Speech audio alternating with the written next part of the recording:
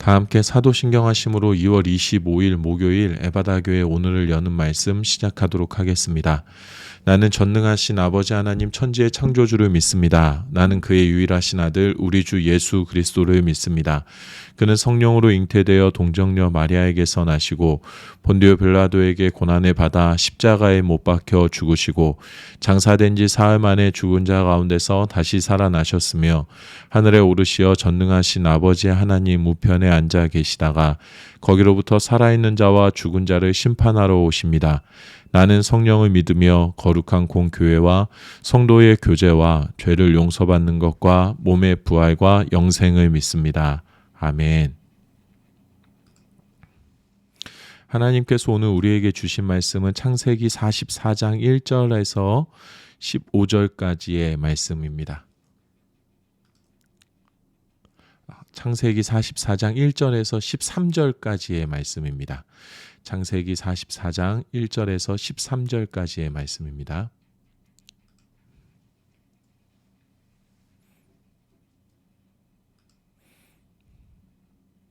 다 찾으셨으면 우리 한 목소리로 함께 읽도록 하겠습니다. 요셉이 그의 집 청지기에게 명하여 이르되 양식을 각자의 자루에 운반할 수 있을 만큼 채우고 각자의 돈을 그 자루에 넣고 또 네 잔 곧 은잔을 그 청년의 자루 아귀에 넣고 그 양식값 돈도 함께 넣으라 하매 그가 요셉의 명령대로 하고 아침이 밝을 때에 사람들과 그들의 나귀들을 보내니라. 그들이 성읍에서 나가 멀리 가기 전에 요셉이 청지기에게 이르되 일어나 그 사람들의 뒤를 따라가서 그들에게 이르기를 너희가 어찌하여 선을 악으로 갚느냐 이것이 내 주인이 가지고 마시며 늘 점치는 데에 쓰는 것이 아니냐 너희가 이같이 하니 악하도다 하라. 청지기가 그들에게 따라가서 그대로 말하니 그들이 그에게 대답하되 내 주여 어찌 이런 말씀을 하시나이까 당신의 종들이 이런 일은 결단코 아니하나이다. 우리 자루에 있던 돈도 우리가 가나안 땅에서부터 당신에게로 가져왔거늘 우리가 어찌 당신의 주인의 집에서 은금을 도둑질하리이까 당신의 종들 중 누구에게서든지 발견되든지 그는 죽을 것이요 우리는 내 주의 종들이 되리이다. 그가 이르되 그러면 너희의 말과 같이 하리라. 그것을 누구에게서든지 발견되면 그는 내게 종이 될 것이요 너희는 죄가 없으리라. 그들이 각각 급히 자루를 땅에 내려놓고 자루를 각기 푸니 그가 나이 많은 자에게서부터 시작하여 나이 적은 자에게까지 조사함에 그 잔이 베냐민의 자루에서 발견된지라. 그들이 옷을 찢고 각기 짐을 나귀에 싣고 성으로 돌아가니라. 아멘. 창세기 42장부터 시작되는 요셉과 요셉의 형들의 재해의 장면을 읽다 보면 형님들이 참 헷갈렸겠다라는 생각이 듭니다. 위기의 순간에 몰리기도 하고 또 호의를 입기도 하면서 지금 이 상황이 무엇인가라는 생각을 안 할래야 안 할 수가 없지 않았을까라는 생각이 듭니다. 형님들은 아버지의 말씀에 따라 시몬이 잡혀있는 애굽에 다시 곡식을 얻으러 옵니다. 대신 아버지를 겨우겨우 설득해서 막내 동생 베냐민을 데리고 애굽으로 오게 됩니다. 그들은 긴장하고 있었습니다. 막내 동생을 데리고 오겠다고 했지만 시간이 이미 많이 지났고 지난번 방문했을 때에 집에 와서 보니 분명히 곡식값으로 지불했어야 하는 돈이 자신들의 돈자루에 들어 있었기 때문입니다. 모든 상황이 긴장할 수밖에 없는 상황이었습니다. 그리고 아버지의 간곡한 부탁, 베냐민을 꼭 데리고 와야 한다라는 간곡한 부탁이 있었습니다. 그런데 너무나도 뜻밖의 이 일들이 일어납니다. 43장 23절의 말씀에 보면 그가 이르되 너희는 안심하라 두려워하지 말라 너희 하나님 너희 아버지의 하나님이 재물을 너희 자루에 넣어 너희에게 주신 것이니라 너희 돈은 내가 이미 받았느니라 하고 시몬을 그들에게도 이끌어내고 잔뜩 긴장하고 있었던 요셉의 형님들에게 말도 안 되는 상황이 연출되고 있습니다. 뿐만 아니라 청지기들이 요셉의 형님들을 요셉의 집으로 인도하고 물을 주어서 발을 씻게 할 뿐만 아니라 나귀에게 먹이를 주었습니다.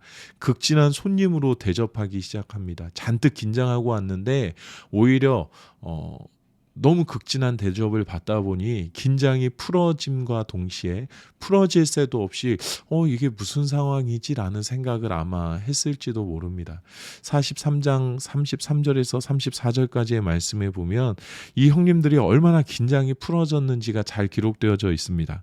그들이 요셉 앞에 앉되 그들의 나이에 따라 앉히게 되니 그들이 서로 이상히 여겼더라. 요셉이 자기 음식을 그들에게 주매 베냐민에게는 다른 사람보다 5배나 주매 그들이 마시며 요셉과 함께 즐거워하였더라. 요셉의 형님들이 함께 잔치를 즐겼다라고 성경이 말씀하고 계십니다. 그런데 아무리 생각해 보아도 요셉의 형님들은 이렇게 긴장을 놓고 있으면 안 되는 상황이었습니다. 자기들이 잘한 것이 아무것도 없었습니다. 자신들은 그저 곡식을 얻으러 온 사람들일 뿐이지 애굽의 총리와 함께 그의 집에서 그가 베푸는 호의를 누리고 즐길 수 있는 입장은 아니었습니다. 그리고 형님들의 긴장이 완전히 풀어졌을 때에 또 일이 생기고 맙니다. 우리가 오늘 본문에서 읽은 것처럼 요셉은 이제 가나안으로 돌아가려는 형님들 틈에 있는 베냐민의 자루에 자신의 은잔을 숨겨놓고 다시금 형님들의 은혜를 망각한 사람들로 위기로 몰아갑니다.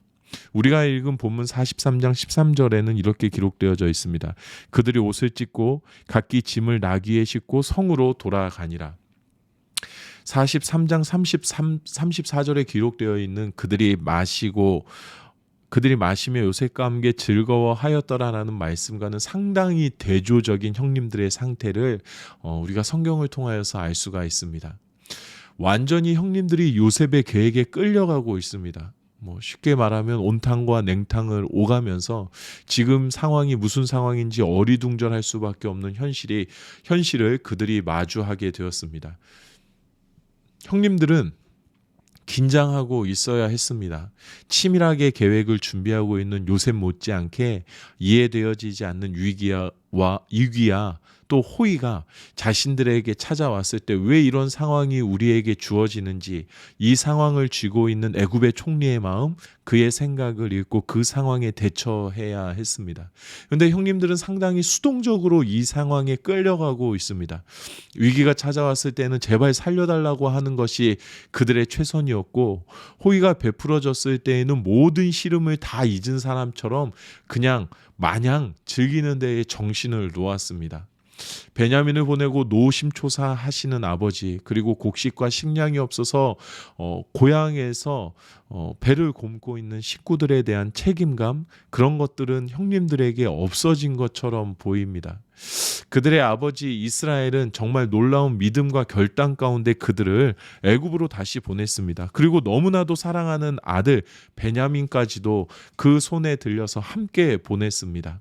우리가 어제 나눈 말씀, 전능하신 하나님께서 그 사람 앞에서 너희에게 은혜를 베푸사 그 사람으로 너희 다른 형제와 베냐민을 돌려보내게 하시기를 원하노라. 내가 자식을 잃게 되면 잃으리로다.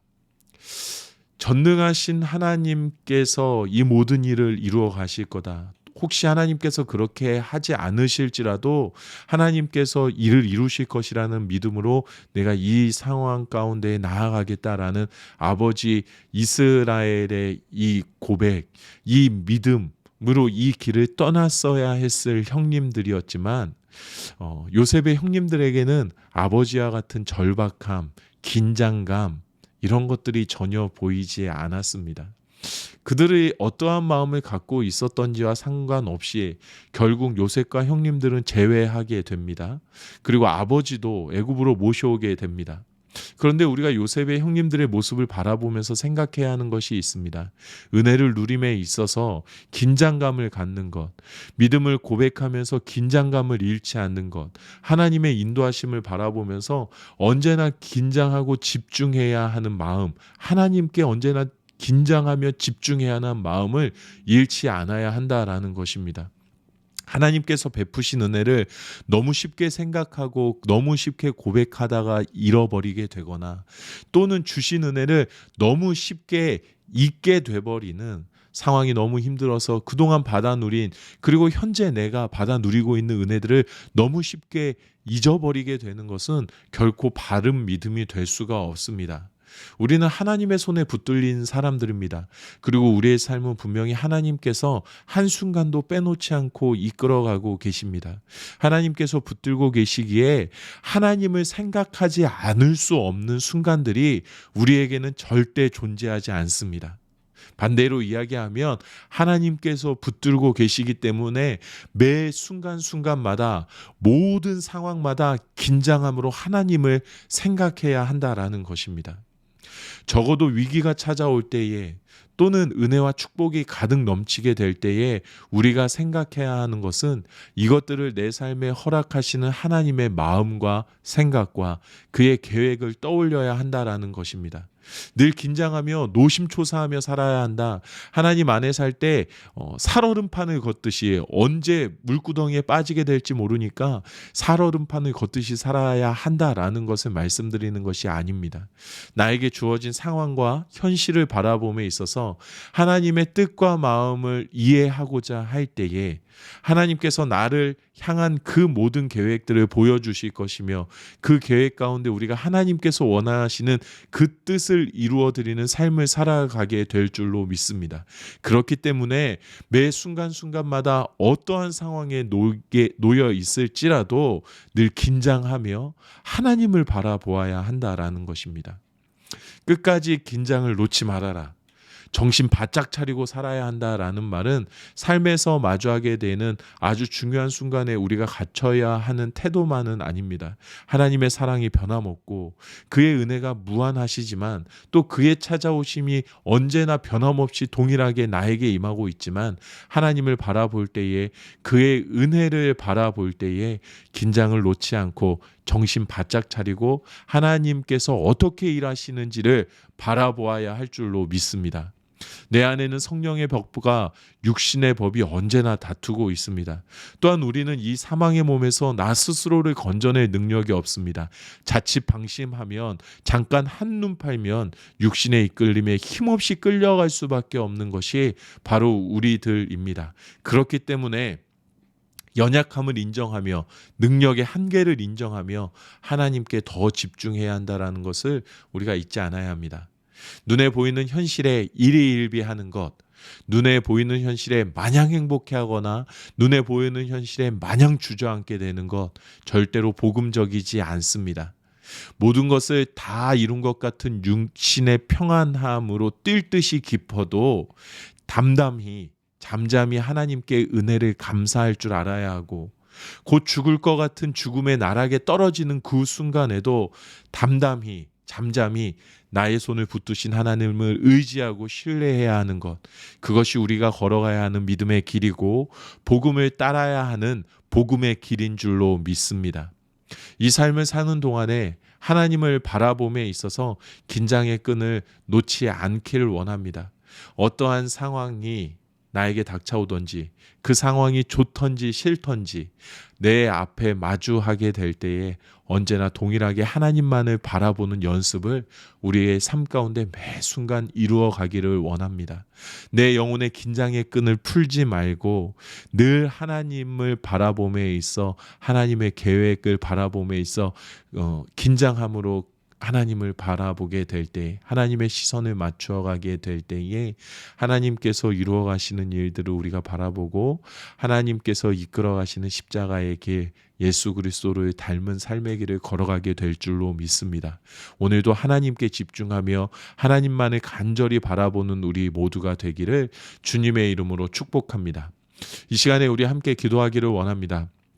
하나님께서 내 삶을 어디로 이끌어 가시는지 늘 궁금해하는 삶, 그래서 긴장하며 하나님의 계획하심을 따라가는 삶을 살아가게 해주십시오.